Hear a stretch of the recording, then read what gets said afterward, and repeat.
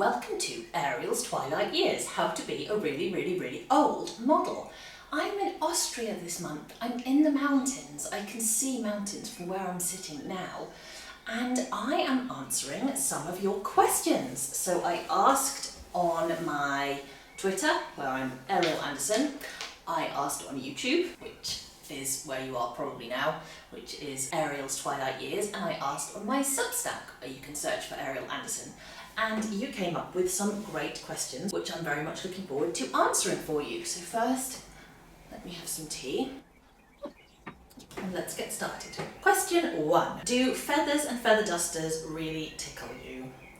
No, I am ticklish, but feather dusters generally are way too light a sensation for me to make me feel actually ticklish. The kind of tickling that works for me in terms of making me horrified, making me want it to stop, is much harder kind of sensations. So the second question actually is the worst tickle tools used on my feet.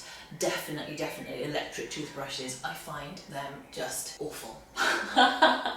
Question 3. Oh, this is a big one. What are your thoughts about retirement? Can you envision it? And what do you think it looks like for you? For a person who confesses to be a bit of a workaholic, that's me, is it something you look forward to or dread or something in between? Do you, like some people, have a long list of things you want to do in retirement which you have no time for now? If so, what are they? Or do you have any concerns that you may be restless without work to do? Do worry about this a lot. I cannot really envision it, and when I think about it, it scares me because I really am a person who gets a great deal of my pleasure but also a great deal of my sense of self-worth from my work. And at times in my life when I haven't been able to work, like when I've been sick or injured, my mental health has started to crumble in a really alarmingly fast way. So, today, as I speak to you, I feel like I'm pretty mentally and emotionally robust. But experience has shown me that without my work, that really starts to fall apart quite quickly. So what I'm hoping is that in the time between now and me retiring, I hope I will learn some additional coping strategies. But what I think it means is that probably what retirement would look like for me is, if I'm lucky enough to be healthy enough, is to carry on working in some way. So I'm very lucky that I love writing, and of course writing is the sort of thing, if you're lucky, you can do into old age in a way that perhaps you can't do a more physical job like modelling. The same with property investment. There's no reason why I should have to stop doing property investment just because of my age. So I can imagine that what I'll probably do in order to maintain my mental health as much as possible is slide very gradually into retirement, just reduce the amount of work I do because I just love it. I think I'm very lucky. I think it's statistically unusual to love your job as much as I do. And I do have a long list of things I'd like to do in retirement, but in all honesty, they are rather work-like things. So if I'm lucky enough to be able to, I think retirement might still include some modelling and some writing and some property investment. And I would love to be able to spend longer with the people I love without having to rush off to photo shoots all the time. But my ideal retirement would still involve some work that would make me feel like I was useful and empowered, because those things are really important to me. And growing up without any expectation I'd ever be allowed to have a job, I think I cling quite hard to the privilege and the power that having a job gives me. What's the one thing in BDSM that you've been asked to do but won't? I mean, there's probably a lot of things I've been asked to do but won't, but here are a couple of things. First one is incorporating hardcore sex with a random other performer. I don't mean this in a judgmental way, because I'm aware that lots of my fellow performers are really comfortable doing that, and I've got nothing against hardcore porn at all. But for me, I have regular nightmares about having to have sex with people I don't know. They're never good dreams, they're always nightmares. The idea of having to get on set, meet someone and be physically sexually intimate with them, irrespective of how much sexual chemistry you have between you, which is presumably for me it'd be zero. Maybe some people can get attracted to people really quickly, and I'm not one of those people. It just horrifies me. Now, I'm very well aware that for a lot of people that's what I do. I go and do BDSM, which is very intimate in some ways, with strangers on film. And for a lot of people that would be unconscionably intimate and difficult and horrible. So again, no value judgment, but the idea of doing that just horrifies me. I know that I probably look as though I have a rather louche sexual existence, and in some ways I do, but in terms of actual sexual contact with other actual people, I'm just really conservative. I really want to know people very, very well, and I've really not had a lot of sexual partners, and the idea of doing hardcore sex at a shoot, even a BDSM shoot, which is the sort of thing I absolutely love doing, it would have to be with my actual sexual partner. The idea of doing that with a random performer just horrifies me. I'm glad there are people it doesn't horrify, because we wouldn't have any BDSM with sex in it if everyone was like me. Another thing I won't do is any excessively hard caning or whipping where it would be likely that my skin would be broken and that I would be left with longer term damage. I ideally don't want to do anything to my body that won't heal within a couple of weeks, and that leaves you with a really, really wide range of BDSM activities. Normally I can heal within a couple of weeks and maybe a month at the absolute outside, and the idea of causing longer term physical damage to myself is a really horrible one, because I make a living from how I look naked and I don't want that taken away from me. And also I injured myself really seriously when I was 18 years old. I wanted to be a ballet dancer, and it was just that hope was snatched away from me overnight because of an injury. And so I'm really, really well aware of how horrible it is when something happens to your body that cannot be completely recovered, and you cannot do the things that you used to be able to do because of that permanent injury. And I really try to live my life cautiously enough not to pick up any more of those injuries, and through my adult life I have picked up more injuries, despite trying to be really careful. But it certainly changes my attitude to some of the BDSM I think that by instinct I might have enjoyed doing. There's certainly, I've watched videos and I've seen some of my friends do some stuff that I would like to do, but I don't think it's prudent that I should do it, because I'm trying to preserve my body so that I can, if I'm lucky enough to reach 70 or 80 or 90, I hope I can still do some BDSM. And I think sometimes maybe discretion is the better part of valour, and being careful with yourself so that you can enjoy these things long term. It's a little bit like you can be a super fit marathon runner and you can fuck up your knees so that by the time you're 40 or 50 you can't go out on nice walks. And it must be really hard being in that situation, and I would much rather, having experienced something like that, overtraining when I was young, injuring myself and then not being able to dance again at all, I would much rather be a little bit less ambitious but be able to do it for longer. Question 5. Is your second book a continuation of the first? Yes, I think it is. It stands alone. I thought that was really important. I don't want it to read like a sequel. I want people to be able to buy and enjoy it on its own merits. But what I wanted to do was I wanted to do a really zoomed in look at my life as a BDSM performer, because my memoir covered 45 or 46 years of my life, so it had to move at a really fast pace, and it meant I had to just chop out loads of the story I would have liked to tell, especially the stuff that's happened in my later life where I've been really enmeshed in the BDSM community and the BDSM industry. And I thought, I'm leaving out so many stories of other people who I work with and play with and live with. And I would like to have more time to tell those people's stories alongside my own. So I thought last year, when I started writing my second book, I thought I would like to tell the story of a year, because I thought that would allow me to really zoom in, talk about the custom videos I shoot and the photo shoots I do and the BDSM video shoots I do, and look at that in a lot more detail. And then some things happened last year in my life that were also very interesting to write about. So in the end, it's not just about being a BDSM performer, but everything kind of centres around that, because that's what I spend most of my time doing. And I'm really proud of the book, and I'm hoping I will have news soon about how you can pre-order it. Yes. Do you think you'll ever write a fictional book? I hope so, but it doesn't seem to come naturally to me, and it's very strange. I can't understand this. Please comment below if you can understand it, because I can't, if you have any theories. I work in fiction the whole time.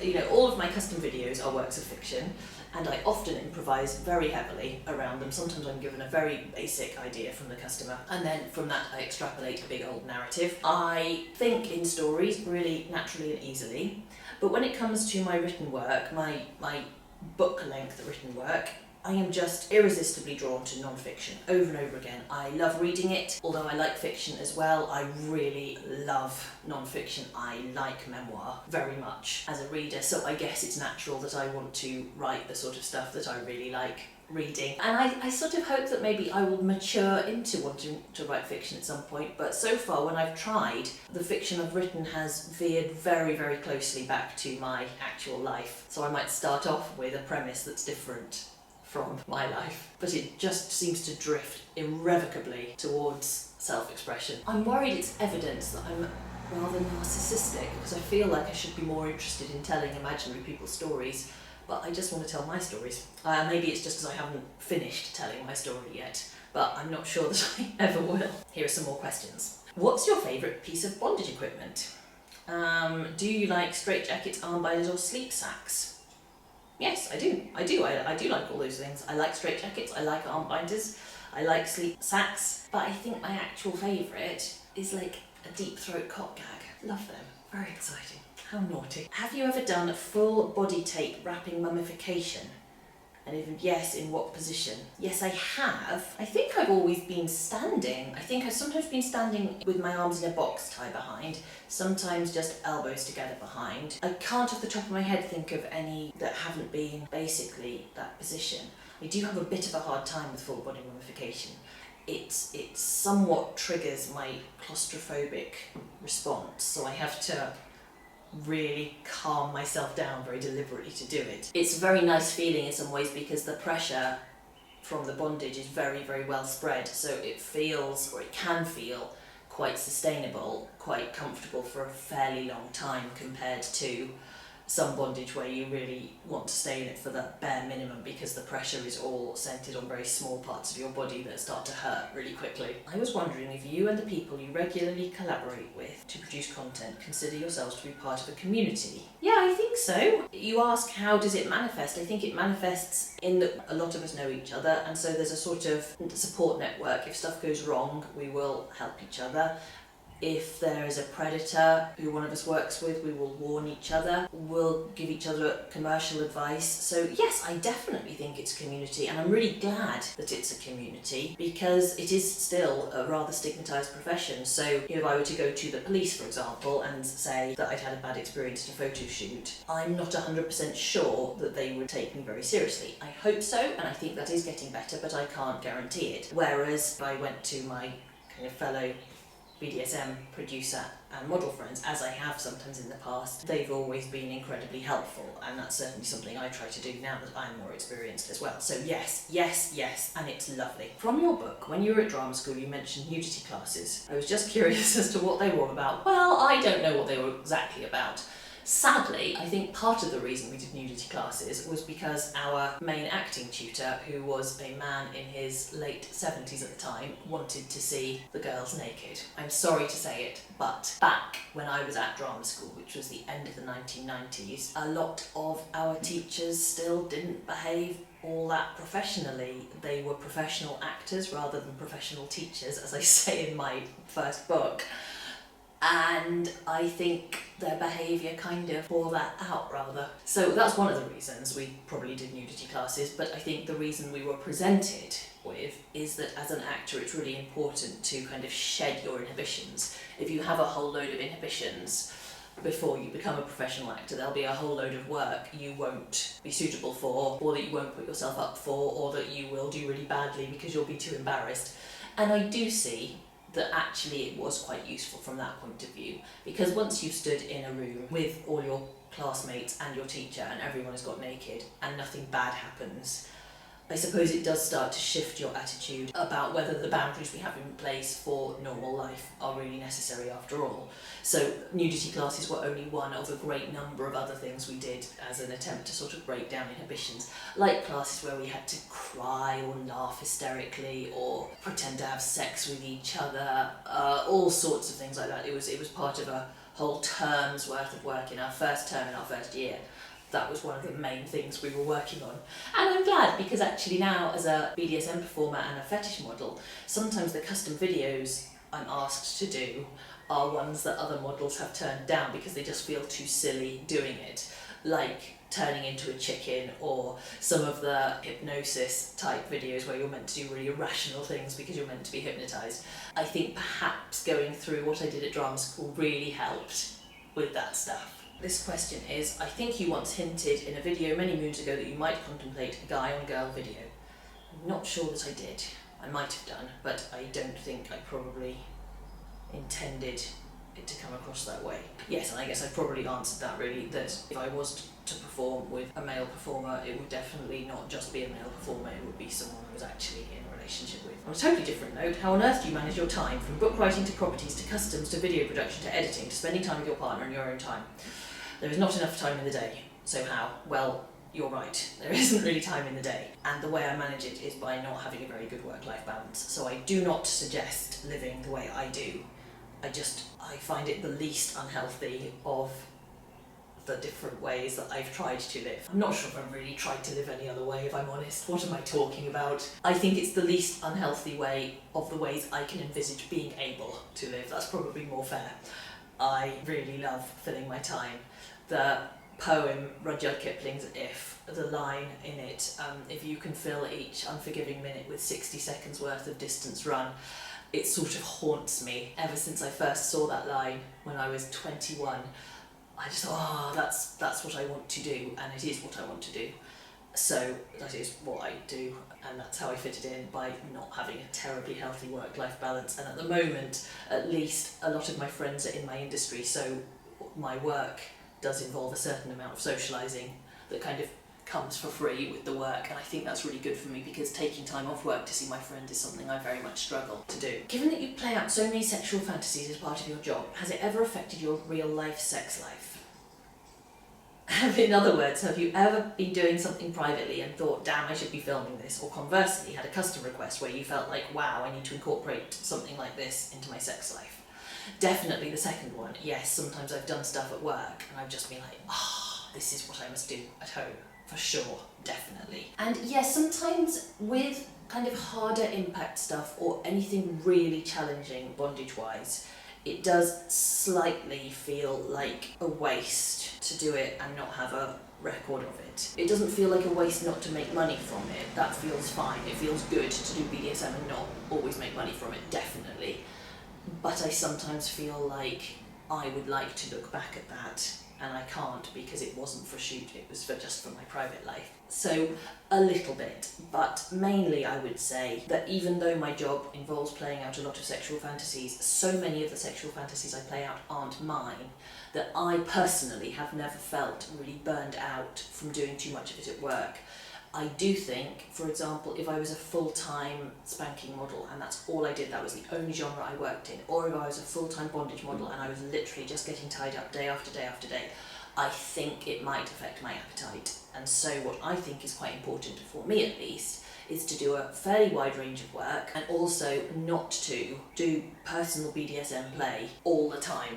I think it's better to do it slightly less often, but do it really well, than to be doing it constantly. For me, I'm sure that wouldn't necessarily be how everyone would feel. And so as a result, I'm very lucky, because I do know plenty of people who have been somewhat burned out from doing this job, or a job rather like mine, but they tend to have been people who are very much focused in on one genre, and it is one reason that I have never wanted to do that. However much I have my own passions, I don't think I should be doing those things every single day.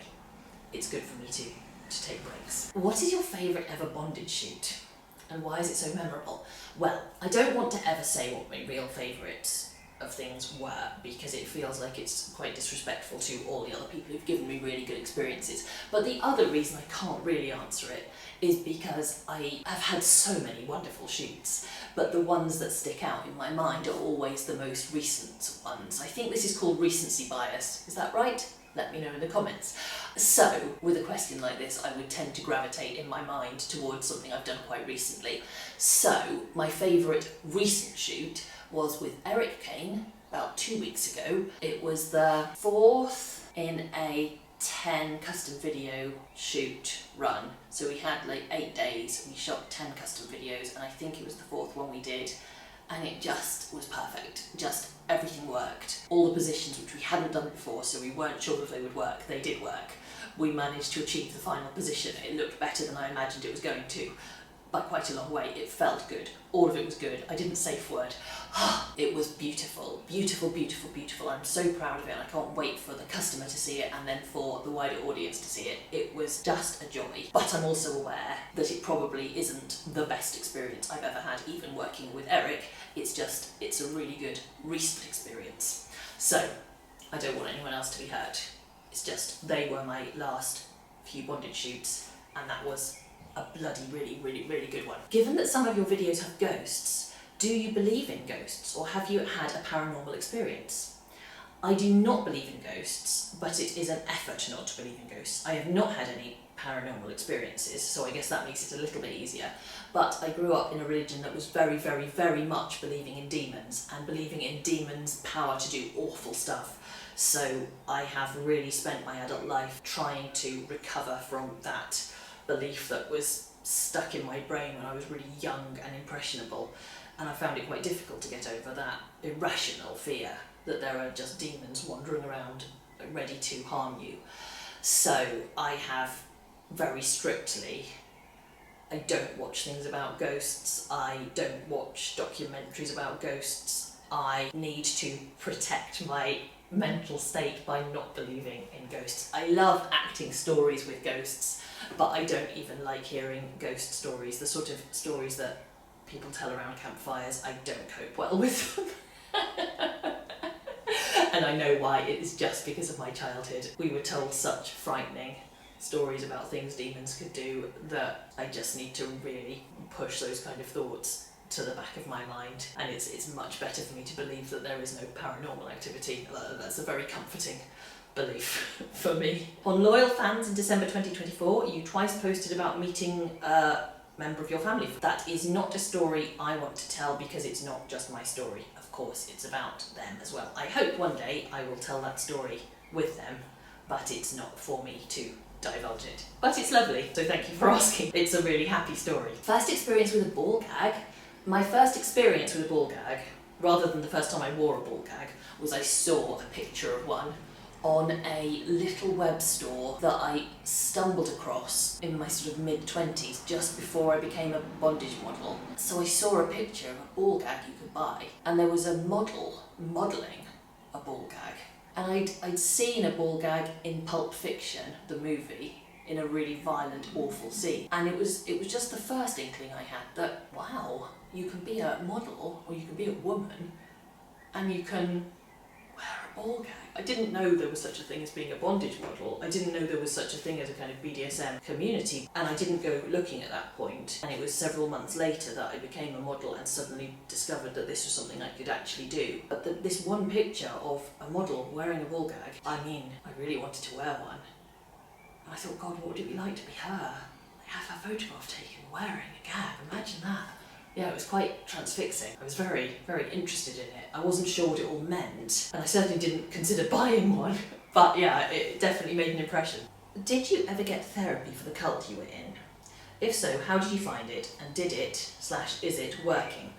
I didn't specifically go to therapy as a result of my experiences in a cult, because I hadn't really fully understood how deeply they affected me for a very long time. So I did go into therapy because I had what I thought were some completely unrelated mental health problems, and I went into really typical classic talking therapy, psychotherapy, and started to tell the therapist my story.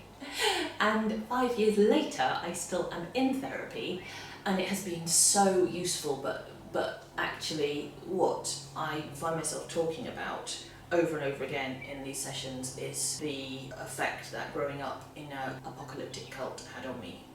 Because now, as an adult, I realise, of course, that spending your formative years being pumped full of fear-mongering nonsense about the world and how dangerous it is and how bad the people in it are, it doesn't do good things to your mind. And now I've met a lot of other cult survivors, I'm much more aware that the things I've experienced are in some ways quite typical for people who went through similar childhoods. So I have found it very helpful. I didn't go looking specifically for therapy for someone coming out of the cult because I didn't recognise that that's what I would particularly need, but just regular psychotherapy with a good therapist has been invaluable, and it's working very, very well, and I don't suppose I'll be in therapy for the rest of my life, but I'm in no hurry to stop actually, because it has been so useful, and I definitely recommend it to anyone who's kind of on the fence about whether they think therapy would help them or not. I'm sure not every therapist helps every person, but I do think if you have significant mental health struggles, or any mental health struggles, I think you owe it to yourself to give yourself the opportunity to get some input from a professional. It's been really helpful. Oh, this is a great question. If you paid someone like yourself for a custom sexual video like fans do with you, what would the custom be like? What scenario/kink would you get them to do? Oh my gosh. I don't cope very well with watching BDSM involving other people, because I always worry for the submissive, especially if they're getting hurt. I find it very difficult to watch. Even though I love it myself and I understand that there are other submissives who love this stuff, I always have an irrational fear that they aren't really consenting or they're not really happy, and it's a kind of mental block. So, as a result, I don't do that well with watching the sort of content that I produce. I'm just really glad that other people don't have that particular sensitivity that I have, because I wouldn't have a job. But for example, like, I love working with Eric Kane, who I just mentioned, who shoots quite hard BDSM, but I was once in the room when he was shooting that content with another model and I just cried. I really don't cope well. So, that said, I would probably have to commission a video with myself in it, because I can watch myself because I know I was having a good time, and not because I find myself sexy, but because watching the dom is sexy for me, and if the sub is me, I know she was fine because I'm her. But what I'd probably actually order, if I was actually going to do this, is I would just order a hot, dominant man in a suit to say cruel and lustful things to me, well, to the camera. Like the kind of verbal domination videos that I actually make for a lot of submissive customers. I find them really easy to shoot, even though I'm not a dominant, because I already know all the things I want to have said to me in a play session, so it's very easy to regurgitate them to the camera, so I think I'd really like that. So I think that has to be my favourite question. So if you are the person who asked that question, get in touch for your prize and we can decide between us what the prize is. I've got several options. So thank you very much everyone for your questions. They were all very, very, very fun. I hope you found that useful and instructive. I will be back with more next month. In the meantime, if you have more questions, please do post them below, because I have no objection to making another video along these lines. It's really nice to see the sort of things that people think about that they would like answers to from a professional BDSM performer, and I really like answering them. So thank you as always for listening. I will be back with more next month. In the meantime, goodbye, please like, subscribe, all of that. Goodbye now. Bye-bye. Bye-bye now. Bye-bye. Goodbye from Austria.